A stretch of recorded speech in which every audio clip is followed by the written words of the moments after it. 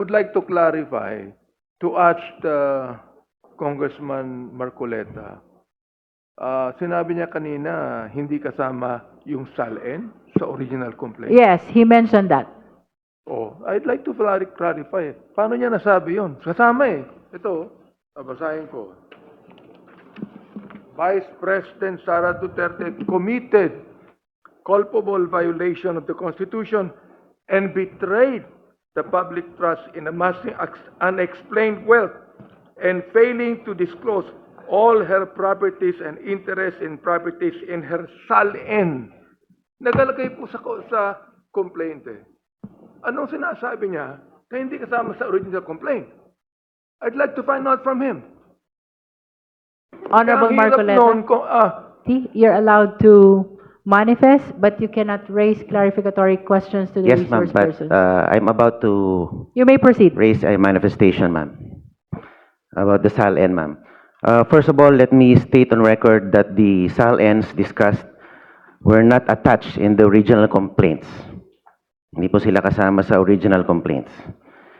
And using the SALNs as a starting point without necessary predicate evidence supports the position that the investigation of the House of Representatives Committee on Justice is a fishing expedition.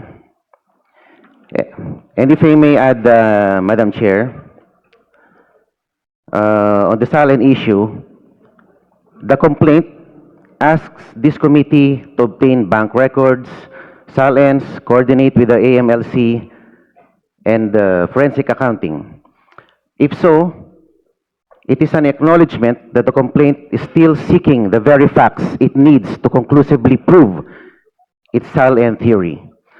Ma'am, malaki po kasi yung pinagkaiba ng isang complaint that already alleges ultimate facts supported by evidence, and a complaint that substantially requests this committee to authorize this committee to investigate, and perhaps we will later find the proof.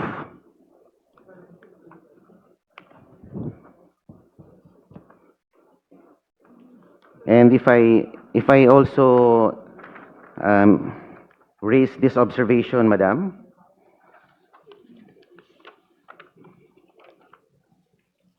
regarding the Ombudsman, the independence of the Ombudsman may be put to question before this body.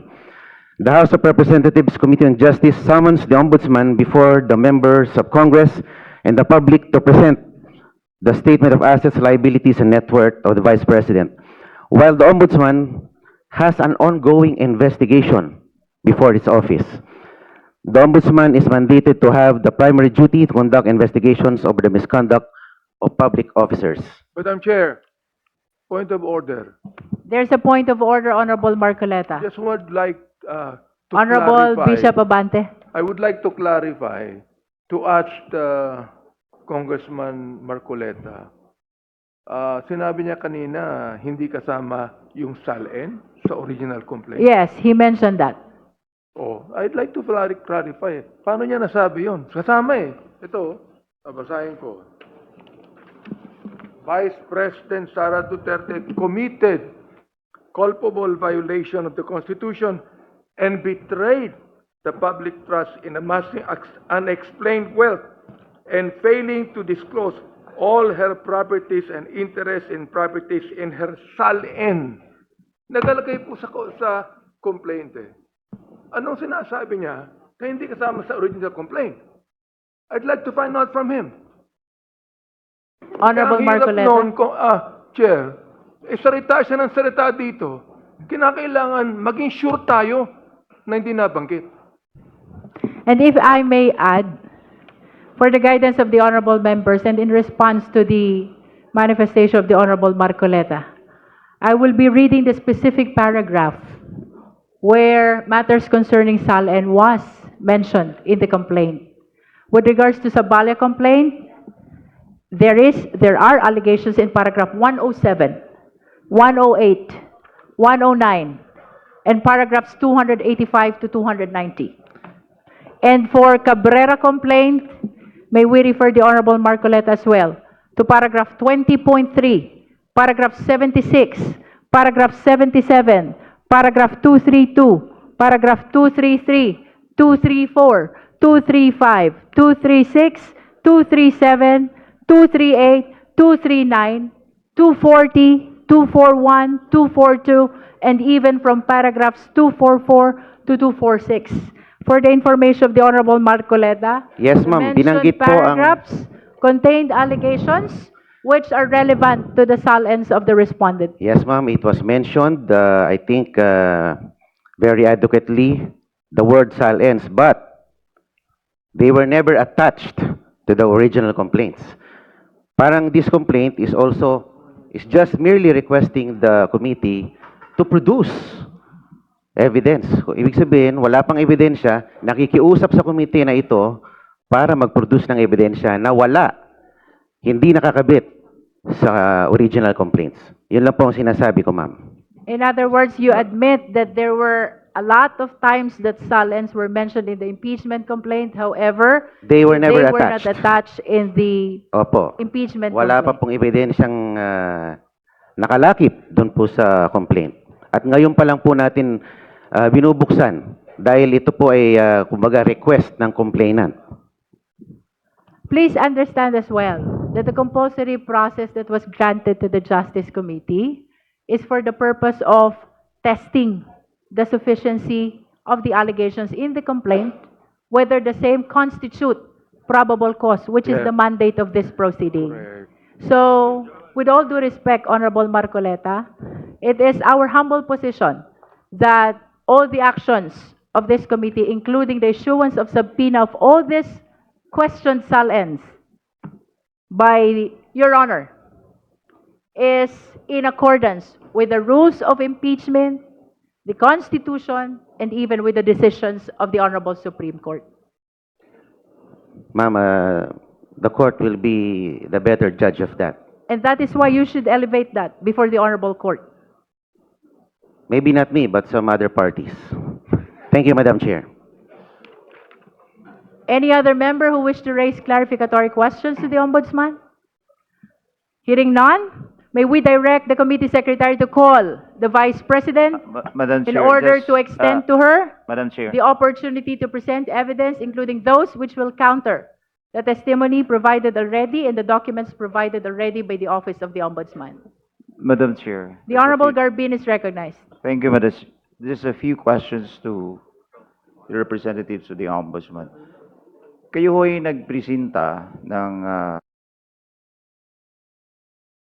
SALN, and what was presented by your office are those SALNs under your custody and the entries, the official entries in those SALN. Tama po ba? Yes, Your Honor. But that entries does not say whether there is a misdeclaration, untruthful declaration, or willful non-disclosure that will lead to unexplained wealth. Tama po ba? Your Honor, binasa ko lang po kung ano yung, at kinonfirm ko lang po kung ano yung nakalagay sa SALN. Honorable Garbin, I'm afraid but we are not allowed to raise questions which will go beyond what appears in the SALN. concerned SALN That's of why, the Vice Madam Chair, I President. just need confirmation whether that Yes. presentation Issues concerning yields to the, misdeclaration. yields in support to the complainants. First of all, Madam Chair, wala yung complainant dito eh. I understand, but please limit your questions to And that's why I the want to ask contents of the sana yung affidavit. complainant Contents of the as SALN. to his allegation, because it was pointed out that the SALN was only part of a broader allegations of unexplained wealth. But as correctly pointed out by Mr. Marcoleta, or Congressman Marcoleta, those SALN that was, or that we want to specifically pinpoint that have material misdeclaration or untruthful declaration was never attached in the first place We are in the not complaint. yet on that, Honorable Garbin. We we are were only through, on the we were existence of the through, SALN. we were already through on that. We already approved, voted on the ultimate facts and the sufficiency in substance. And the annexes provided in the complaint, Madam Chair. So what we have here is an improvement of the complaint, of the complainant's evidence. Tayo yung nagpuproduce ng ebidensya which is not supposed to be the case. With all due respect, Honorable Garbin, the issuance of the subpoena is not for the purpose of adding, supplementing, or correcting whatever appears in the complaint. The purpose of the issuance of subpoena is to test whether the complaint is sufficient already for the existence of probable cause. To But- aid the justice members in judging whether or not probable cause exists on the basis of the allegations in the complaint, including the attached documents. If I may, Madam Chair. The Honorable Chua. Thank you, Madam Chair. Madam Chair, let me walk you through Section 7 of our Rules of Procedure in Impeachment Proceedings. Sabi po dito, the committee shall conduct a hearing. The committee, through the chairperson, may limit the period of examination by members of the committee. The committee shall have the power to issue compulsory processes for the attendance of witnesses and the production of documents and other related evidence. So, yun po yung ginagawa po natin dito. This SALN, ito pong SALN na to ay pumapasok po dito po sa power ng committee. Hindi naman po tayo ang nagsasabi niyan. Ang nagsasabi po niyan ay ang ating rules. Maraming salamat po, Madam Chair. Thank you. Before we proceed, Madam I just Chair. want to state for the record, Honorable De Lima, that the committee is already in receipt of the notices of disallowance referred to by Attorney Camora of ICFAO COA during the April 14 hearing. This pertains to the disallowances of the first 3 quarters of the OVP Confidential Fund of 2023, the first, the second, and the third. The total amount of these notices of disallowances is 375 million pesos.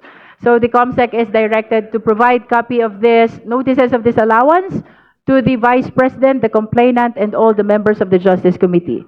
The same is true with respect to the decision referred to as well by Attorney Camora of ICFAO COA. This is to prove that the appeal pertaining to the last quarter of 2022 confidential fund of OVP has been denied, which means that the notice of disallowance for the last quarter of 2022 was affirmed by the Commission on Audit. Likewise, the committee secretariat is directed to provide copy of the same to the Vice President, the complainants, and all the justice members. Honorable De Lima is recognized. Thank you, Madam Chair. I just wish to put forth additional counter-arguments on the points raised by the Honorable Marcoleta and also certain points raised by the Honorable Garbin. Okay, first, we have determined already sufficiency in substance of the complaints. Sufficiency in substance, both in form and substance, and that includes the annexes. Pangalawa po, hindi po required na lahat ng mga pwedeng ebidensya ay dapat na produce na ng complainants at the time of the filing of the complaint. And that's why we have these processes of subpoena para makalakap ng mga ebidensya na nakasabi sa complaint tsaka yung mga related evidence. Ang importante po dito, especially in the issuance of subpoena, yung requirements of specificity or sufficiently described yung mga dokumento na pinapaproduce at yung relevance to the issue. Wala pong duda dun sa mga subpoena po natin ng production, for the production of specific documents like Respondent SALN, the AMLAC records of the flagged bank transactions of the respondent, the records of production for the production of specific at yung relevance to the issue. Wala pong duda dun sa mga sabina po natin ng production for the production of specific documents like respondent SAL-Ns, the AMLAC records of the flagged bank transactions of the respondent, the records of her corporate holdings, records of her financial transactions. These are all relevant to the grounds alleged in the complaint. They directly relate to the issues actually and specifically raised in the third and fourth impeachment complaints, the Sabalia et al. And Cabrera complaints, particularly that respondent purportedly engaged in culpable violation of the Constitution, graft and corruption, bribery, including the accumulation of unexplained and or ill-gotten wealth and her ownership of secret bank accounts worth millions, if not billions of pesos, all of which she did not declare in her SAL-Ns. Doon sa punto na ini-improve daw po natin, actually, there's nothing wrong about that, improving the evidence that are sought to be presented by the complainants, kasi tayo nga po ang magiging prosecutors later, and we are determining at this point the existence of probable cause, and therefore we need the guidance of any other relevant evidence para makarating po sa determinasyon na yan ng existence of probable cause. We develop, we improve, we ask for other additional evidence as long as they are relevant to the issue or issues as alleged in the complaints. So wala pong mga linalabag dito na mga principles pagdating po sa tungkol doon sa kailangan ba na linalagay lahat o pinipresenta na lahat sa complaint pa lang. So malinaw po yan, Madam Chair, hindi po kailangan. Thank you. Madam Chair,